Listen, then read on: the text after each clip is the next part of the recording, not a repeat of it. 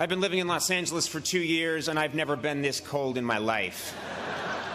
I will pay anyone here $300 for Gore-Tex gloves. Anybody.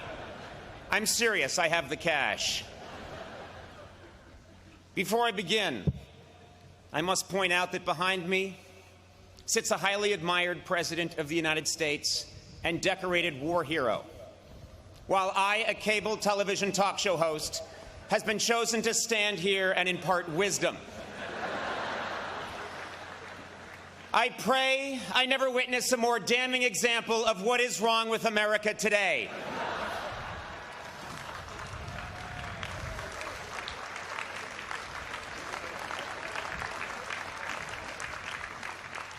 Graduates, faculty, parents, relatives, undergraduates, and old people that just come to these things,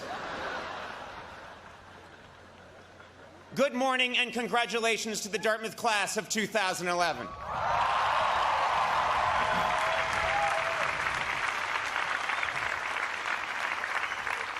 Today you have achieved something special, something only 92% of Americans your age will ever know: a college diploma.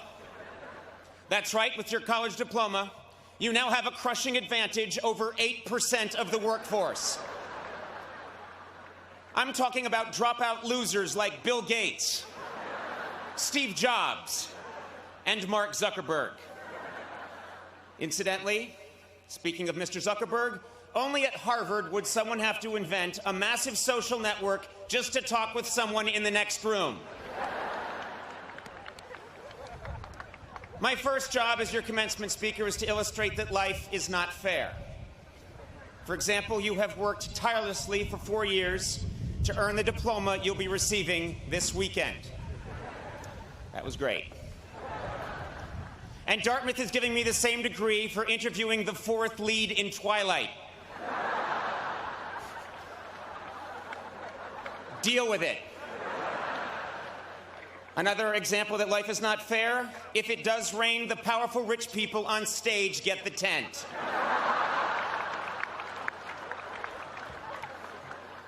Deal with it. I would like to thank President Kim for inviting me here today. You are a great school, and you deserve a historic commencement address. That's right, I want my message today to be forever remembered because it changed the world. To do this, I must suggest groundbreaking policy. Winston Churchill gave his famous Iron Curtain speech at Westminster College in 1946. JFK outlined his nuclear disarmament policy at American University in 1963. Today, I would like to set forth my own policy here at Dartmouth. I call it the Conan Doctrine. Under the Conan Doctrine, all bachelor degrees will be upgraded to master's degrees. All master's degrees will be upgraded to PhDs. And all MBA students will be immediately transferred to a white-collar prison.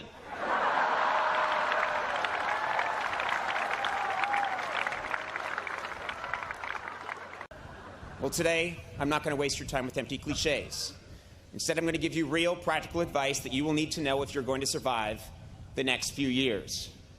First, adult acne lasts longer than you think. I almost canceled 2 days ago because I had a zit on my eye. Guys, this is important. You cannot iron a shirt while wearing it.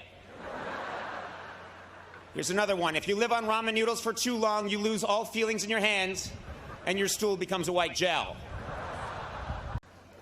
Of course, there are many parents here, and I have real advice for them as well. Parents, you should write this down. Many of your children, you haven't seen them in 4 years. Well, now you're about to see them every day when they come out of the basement to tell you the Wi-Fi isn't working. If your child majored in fine arts or philosophy, you have good reason to be worried. The only place they are now really qualified to get a job is ancient Greece. Good luck with that. And I have to tell you this, you will spend more money framing your child's diploma than they will earn in the next 6 months. It's tough out there, so be patient. The only people hiring right now are Panera Bread and Mexican drug cartels.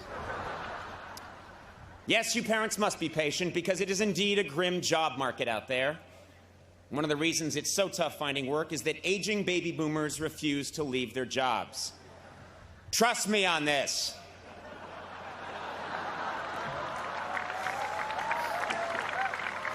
Even when they promise you for 5 years they are going to leave and say it on television, I mean, you can go on YouTube right now and watch the guy do it. There is no guarantee they won't come back. Of course, I'm speaking generally. But enough, this is not a time for grim prognostications or negativity. No, I came here today because, believe it or not, I actually do have something real to tell you. 11 years ago, I gave an address to a graduating class at Harvard. I have not spoken at a graduation since because I thought I had nothing left to say.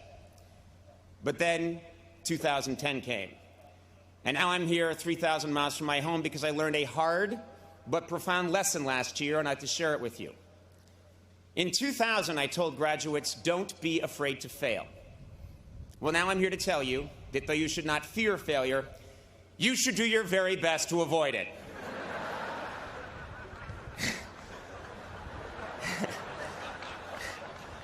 Nietzsche famously said, whatever doesn't kill you makes you stronger. What he failed to stress is that it almost kills you. Disappointment stings, and for driven, successful people like yourselves, it is disorienting. What Nietzsche should have said is, whatever doesn't kill you makes you watch a lot of Cartoon Network and drink mid-price Chardonnay at 11 in the morning. Now, by definition, commencement speakers at an Ivy League college are considered successful. But a little over a year ago, I experienced a profound and very public disappointment. I did not get what I wanted, and I left a system that had nurtured and helped define me for the better part of 17 years. And something spectacular happened. Fog-bound, with no compass and adrift, I started trying things. I grew a strange cinnamon beard. I dove into the world of social media. I started tweeting my comedy. I threw together a national tour. I played the guitar. I did stand-up, wore a skin-tight blue leather suit, recorded an album, made a documentary, and frightened my friends and family. Ultimately, I abandoned all preconceived perceptions of my career path and stature and took a job on basic cable, with a network most famous for showing reruns, along with sitcoms created by a tall black man who dresses like an old black woman.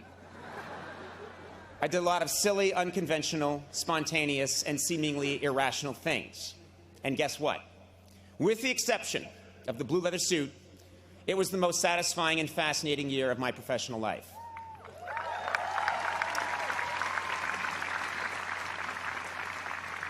To this day, I still don't understand exactly what happened, but I have never had more fun, been more challenged, and this is important, had more conviction about what I was doing. How could this be true? Well, it's simple. There are few things more liberating in this life than having your worst fear realized. I went to college with many people who prided themselves on knowing exactly who they were and exactly where they were going. At Harvard, 5 different guys in my class told me they would one day be president of the United States. 4 of them were later killed in motel shootouts. The other ones briefly hosted Blue's Clues before dying senselessly in yet another motel shootout. Your path at 22 will not necessarily be your path at 32 or 42. One's dream is constantly evolving, rising and falling, changing course. This happens in every job, but because I have worked in comedy for 25 years, I can probably speak best about my own profession. Way back in the 1940s, there was a very, very funny man named Jack Benny. He was a giant star, easily one of the greatest comedians of his generation. And a much younger man named Johnny Carson wanted very much to be Jack Benny. In some ways he was, but in many ways he wasn't. He emulated Jack Benny, but his own quirks and mannerisms, along with the changing medium, pulled him in a different direction. And yet, his failure to completely become his hero made him the funniest person of his generation. David Letterman wanted to be Johnny Carson, and was not. And as a result, my generation of comedians wanted to be David Letterman. And none of us are. My peers and I have all missed that mark in 1,000 different ways. But the point is this: it is our failure to become our perceived ideal that ultimately defines us and makes us unique. It's not easy. But if you accept your misfortune and handle it right, your perceived failure can become a catalyst for profound reinvention. So, at the age of 47,